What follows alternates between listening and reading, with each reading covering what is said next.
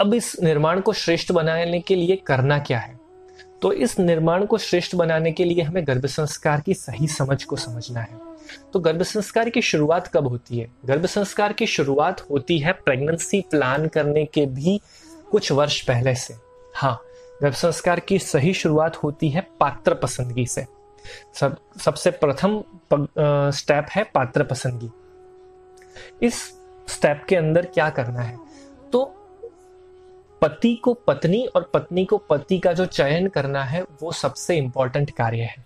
और इस इंपॉर्टेंट कार्य के लिए हमारे समाज में, हमारी परंपरा में कुंडली मिलाने की, एक गोत्र में शादी नहीं करने की, ऐसी कुछ परंपराएं हैं जिनके आधार पर निर्णय किया जाता है कि शादी किसकी होनी चाहिए। या पुराने समय में हम देखें तो पुराने समय में स्वयंवर की प्रथा होती थी, जहां पर पत्नी को अधिकार मिलता था कि वो पति का चयन कर सके। ये सारी परंपराएं सीधे तौर पर गर्भ संस्कार का ही उद्बोधन करती है। पर आप सबको ये विचार आएगा कि कुंडली मिलाना, एक गोत्र में शादी नहीं करना, ये सब तो आउटडेटेड बातें हैं, अंधविश्वास है। पर दोस्तों, ये बिल्कुल भी अंधविश्वास नहीं है, ये 100% साइंटिफिक है। हमारी परंपराओं में जितने भी रिचुअल्स फॉलो किए जाते थे, सभी जिस भी समय पे फॉलो किए जाते, उस समय के अनुरूप वो साइंटिफिक ही थे। तो ये रूल्स भी साइंटिफिक है। किस तरह से वो हमें पता नहीं होता, इसलिए हम उसे अंधविश्वास समझ लेते हैं। तो चलिए आज इस बात को भी समझ लेते हैं। क्यों एक गोत्र में शादी नहीं करनी चाहिए? इसका सिंपल सा रीजन है कि अगर एक गोत्र में शादी करते हैं तो उस गोत्र में, उस वंश में चले आते हुए जेनेटिक रोगों का आने वाली जनरेशन में जाने का प्रमाण बढ़ जाता है। और सेम गोत्र में शादी करने की वजह से सेम डीएनए सिस्टम स्त्री और पुरुष की जनरेट हुई होती है। और एक जैसे डीएनए के मिलन से प्रेगनेंसी कंसीव होने में कॉम्प्लिकेशंस आ सकते हैं, और या फिर अगर कॉम्प्लिकेशन वहां पर नहीं आए तो बच्चे के निर्माण कार्य में भी कॉम्प्लिकेशंस आ सकते हैं।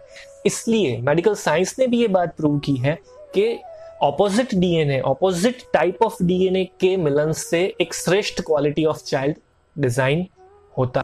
इसलिए हमारी परंपरा में ये रिचुअल बना हुआ है कि एक गोत्र में शादी नहीं करनी चाहिए। उसी तरह कुंडली मिलाने के पीछे भी ऐसा ही एक साइंस है। कुंडली मिलाने के समय पति पत्नी एक दूसरे के लायक है कि नहीं, या उन दोनों को एक दूसरे से प्यार है कि नहीं, ये सब नहीं चेक करते। कुंडली मिलाने वाले ब्राह्मण चेक करते हैं गुणों को। कुंडली के अनुसार हर एक इंसान के पास पर्टिकुलर प्रकार के स्किल्स और गुण हैं जो उसके जन्म के द्वारा उसकी कुंडली में निर्माण किए जाते हैं, लिखे जाते हैं। ब्राह्मण यहाँ पर क्या काम करते हैं कि स्त्री और पुरुष के गुणों की संख्या का गिनती करते हैं। अगर पर्टिकुलर नंबर से कम गुण दोनों के मिल रहे हैं तो ब्राह्मण कहेंगे कि कुंडली नहीं मिल रही है। इसका क्या मतलब है?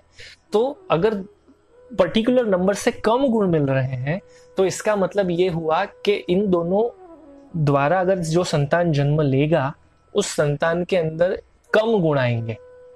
और अगर ज्यादा गुण मिल रहे हैं तो मिनिमम इतने गुण तो बच्चे के अंदर आएंगे ही। और अगर पर्टिकुलर गुण से ज्यादा अच्छे गुण होंगे तभी वो समाज के लिए, उस फैमिली के लिए वो बच्चा एक श्रेष्ठ संतान के स्वरूप में जन्म ले पाएगा।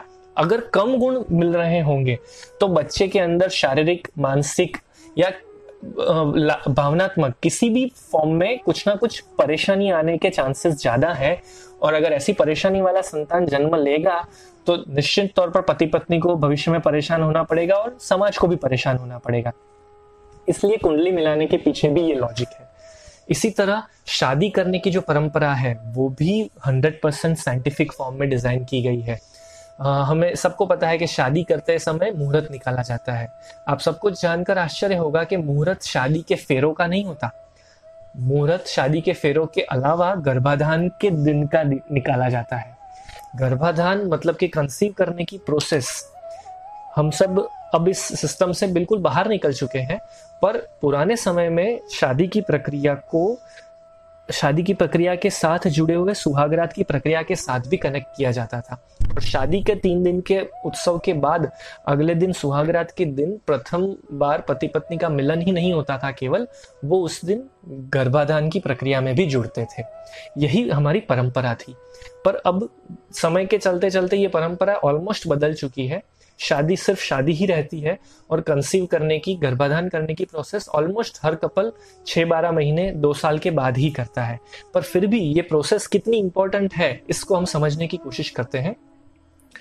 तो श्रेष्ठ संतान को जन्म देने के लिए पति और पत्नी का शारीरिक और मानसिक तौर पर श्रेष्ठ होना अनिवार्य है। अगर दोनों मन से और तन से कुशल होंगे तभी एक श्रेष्ठ संतान को जन्म दे पाएंगे। मानसिक तौर पर कोई भी प्रकार के टेंशन नहीं होने चाहिए, खूब ही रिलैक्स होने चाहिए, आनंदित स्वभाव में पहुंचे हुए होने चाहिए। नॉर्मल टोन में हम कभी भी ऐसी कंडीशन में नहीं होते। पूरे दिन में कुछ ना कुछ टेंशन चलते रहते हैं, कुछ ना कुछ प्रश्न हमारे जीवन में होते ही हैं। और इन प्रश्नों के साथ अगर हम कंसीव करने की प्रक्रिया में जुड़ते हैं तो ऑब्वियस है कि वो प्रश्न भी हमारे साथ हमारे संतान में ट्रांसफर हो रहे हैं। तो इस प्रॉब्लम को शॉर्ट आउट करने के लिए 3 दिन का शादी का फंक्शन डिजाइन किया जाता है हमारे संस्कृति में, जिसमें तीनों दिनों के दौरान अलग अलग प्रकार की धार्मिक प्रवृत्तियां होती है, पूजा पाठ होते हैं, श्लोक होते हैं, हवन होते हैं, आरती होती है। इन सब द्वारा मानसिक शुद्धि पति और पत्नी की हो, ये विचार होता है।